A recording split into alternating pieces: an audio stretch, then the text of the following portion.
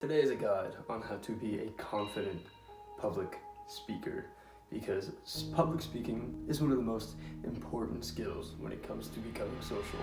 Because if you can't convey your point to 10 people, you definitely cannot convey your point to one. So let's rewind a little bit and go back to the civil rights movement. So the years like 1960 or 1970, it's in that range.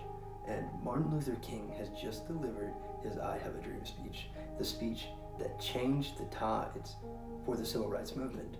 Now, imagine if Martin Luther King didn't perform that speech out of fear and anxiety of public speaking. How is this applicable to you though? Because you're not Martin Luther King, and I'm not Martin Luther King. Well, for instance, say that you have a presentation for your class, and you are trying to present X point. Now, X point is applicable to you. And once people see that you can present X point well, especially teachers, you can be referred to different scholarships, you can be referred for different internships, you can be referred for etc. Showing people that you can speak is a skill that is sought after because so many people cannot do it nowadays. So, you may have clicked on this video because you're binging my videos, or you clicked on because you want to become a good public speaker. So I'll highlight some fears so that we build a little bit of a connection.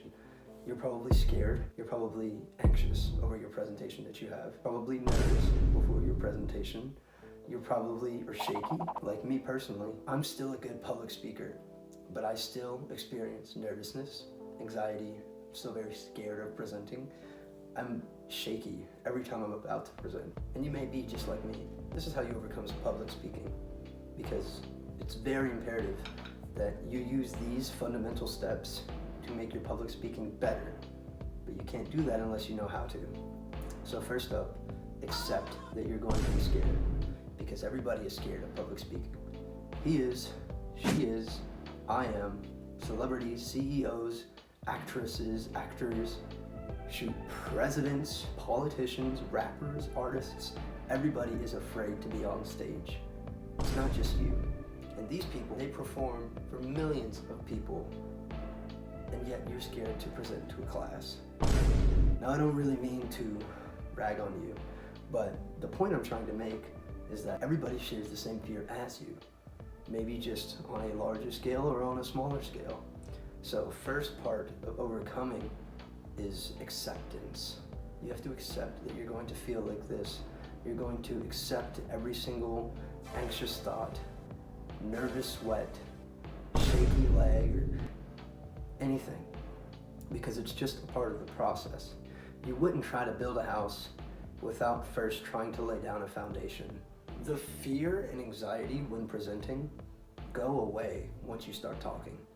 For instance, I was a little nervous to record this video, just because I'm a decently new content creator, and recording videos is kind of daunting sometimes.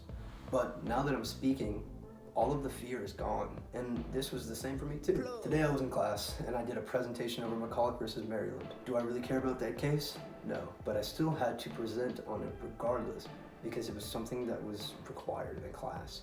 Now, I prepare my presentation, I do all of my prep, which I'm going to teach you, super helpful later on. And while I'm waiting to present, I'm shaking so bad. Now I'm going to teach you some preparation techniques, things that you can use that are applicable before and during the presentation to kind of calm your nerves or ease you into the process a little bit, because we all know presenting is hard.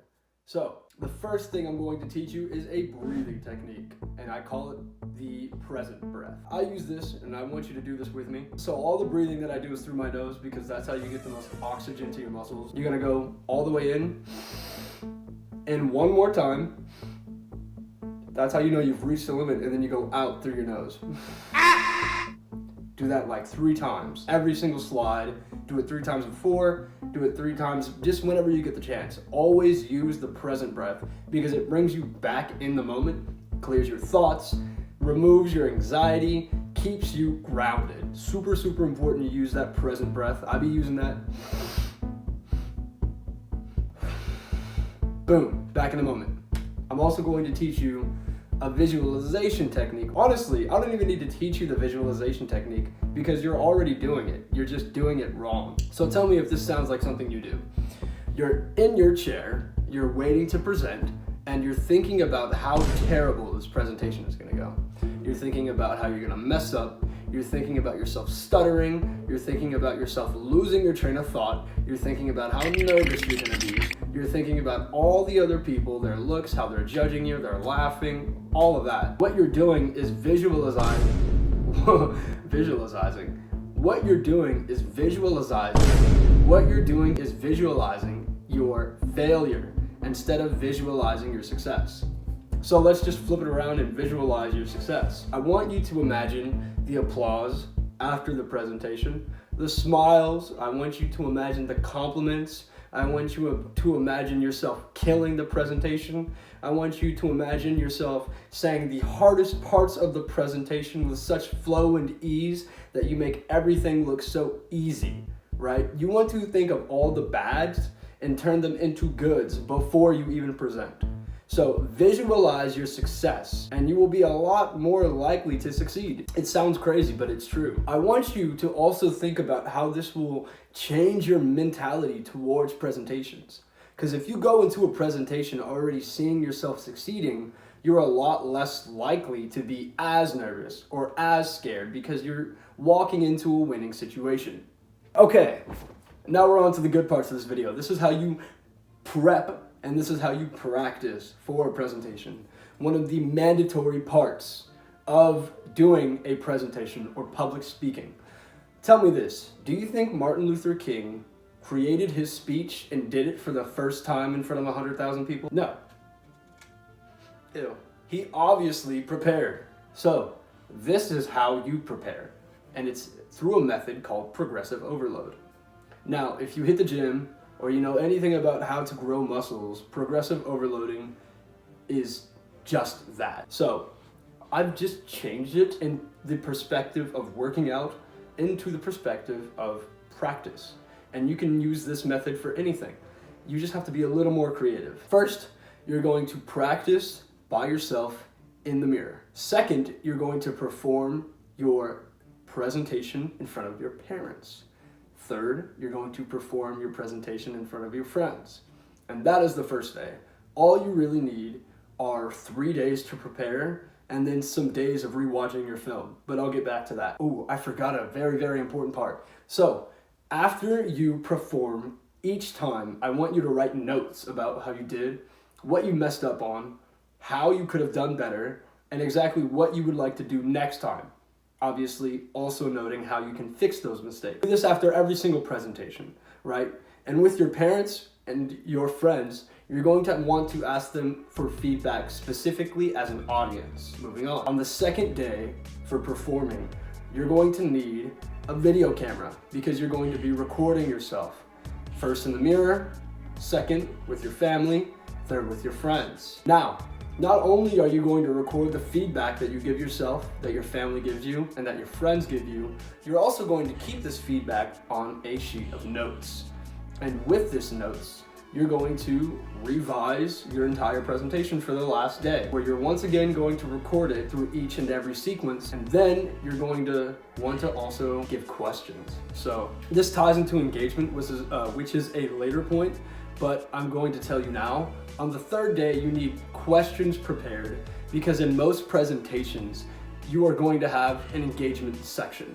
So usually with presentations in class or something, you have to answer questions from the classroom or the teacher, or during like a business meeting, you have to answer questions during the presentation. More likely in a presentation or some sort of slideshow. Make sure that you prepare questions frequently asked and have your parents or your friends ask them, and you have to answer them live as you would in the real presentation. You have to thoroughly prepare yourself through progressive overloading in order to get a mental picture of the presentation before you even present. Now, confidence comes with success. The first time you do anything, it's not gonna be spectacular, right? You can look at every single YouTuber that you love to watch, and I guarantee you their first video wasn't their best video. That's how it's supposed to be. You're not going to have that major success on the first video, because then why would you keep posting videos? It's almost like a law of the universe that the more you do something and the better you get at it, the more fun it gets. That's what makes you keep doing it. So, the first time I played volleyball, I wasn't the best at it. But the more I kept playing and the more I kept improving, the better I got. And I became a really good volleyball player. That's just how it works. Same thing for presenting, same thing for hitting the gym, same thing for public speaking, same thing for being social, same thing for everything. Do it more and you'll get better results. And that confidence will help you overcome the fear, the anxiety, the nervousness, the shakiness, everything that comes with presenting. The last point I'm going to touch on is repetition. Because without repetition, you're not going to be able to get that confidence. Because like we talked about, to do it once and to do it again and to do it again after that is how you build confidence. While you're doing your final presentation, the one that you've prepared for, I want you to record it and then I want you to take notes on it, obviously. And then with those notes, you're going to form your next presentation. And that next presentation will be just that tad bit better. And that tad bit better is going to affect the audience. So they'll like your presentation a tad bit better. And you're going to keep it with every presentation until you're at a level where you feel like you are super comfortable, until you're not scared anymore, or whatever the goal you're trying to reach is. All I'm gonna say is that cast aside your ego when it comes to implementing these steps, because I know that they're boring. Nobody wants to watch a video of themselves talking into a mirror and take notes on it. So I guess another mini tip would be to keep your presentations precise, because nobody in the audience wants to hear a bumbling fool talk like this for the entire presentation. So make sure that if you're going to present, you present concisely and with at least enough energy to keep the room awake. Yeah? Okay. So smash that like button because it glows when I say that. Tap all the buttons, do all the things. I also have a free coaching call that you can join so that you can break out of your social shell and into the social realm. If that interests you and you would like to be one of my clients, click down that top link in the description. You tell me about your problems, I'll give you some solutions immediately, and you'll get right into your social life. I'll see you later.